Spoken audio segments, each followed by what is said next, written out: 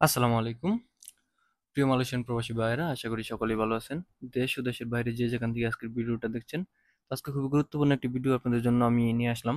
তো যারা মেডিকেল করেছেন, ভিসা চেক দিবেন, ভিসা চেক করতে জানেন না, আপনারা কিভাবে শুধু পাসপোর্ট নাম্বার দিয়ে ভিসাটা চেক করতে পারেন, আমি আপনাদের এই উপায়টাই দেখাবো। তো আপনি আপনার মোবাইল অথবা কম্পিউটার যদি থেকে থাকে, তাহলে আপনি আপনার ক্রোম ব্রাউজারে চলে যাবেন। আমি আপনাদেরকে ডেস্কটপ থেকে দেখাচ্ছি। তো আপনারা মোবাইল থেকেও চেক করতে পারবেন, কোনো প্রবলেম নাই। তো কেউ যদি আমাদের চ্যানেলে নতুন দর্শক হয়ে থাকেন, তাহলে আমাদের চ্যানেলটি অবশ্যই সাবস্ক্রাইব করবেন এবং পাশে থাকা বেল আইকনটি অন করে দিবেন। তো আমি এখান থেকে ক্রোম বাজারে চলে আসছি। তো ক্রোম বাজারে চলে আসার পর আপনারা সিম্পলি সার্চ করবেন এখানে ভিসা চেক। শুধু ভিসা চেক লিখে আপনারা সার্চ করলেও পাইবেন, অথবা আমি এখানে একটা লিঙ্ক দিয়ে দিব, ওয়েবসাইটের লিঙ্কটা। তো দেখতেই পাচ্ছেন এখানে কিন্তু অটোমেটিক ঢুকে পড়ছে। তো আমি আপনাদের এখান থেকে এখন দেখাবো যে শুধু ভিসা চেক লিখে সার্চ দিলেও কিন্তু আপনারা পাইবেন। তো Malaysia visa check, Malaysia visa check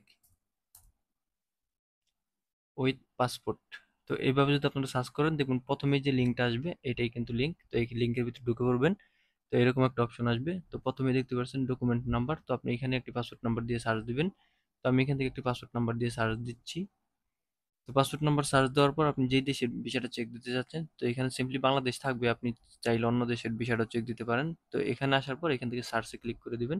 সার্চে ক্লিক করলেই আপনি এখানে যত ভিসা আছে এটার উপরে সবকিছু কিন্তু ডেট সহ দেখতে পারবেন। আশা করি বুঝতে পারছেন। তো এইভাবে কিন্তু আপনি খুব সহজেই মালয়েশিয়ার ভিসাটা চেক দিতে পারবেন অনলাইনের মাধ্যমে, শুধু পাসপোর্ট নাম্বার দিয়ে। অনেকেই কিন্তু রেজিস্ট্রেশন নাম্বার দিয়ে চেক দিতে চান।